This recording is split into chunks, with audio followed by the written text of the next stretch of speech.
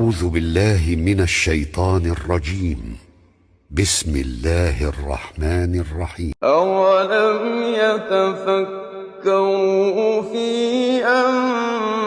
أنفسهم ما خلق الله السماوات والأرض وما بينهما إلا بالحق وأجل مسمى وإن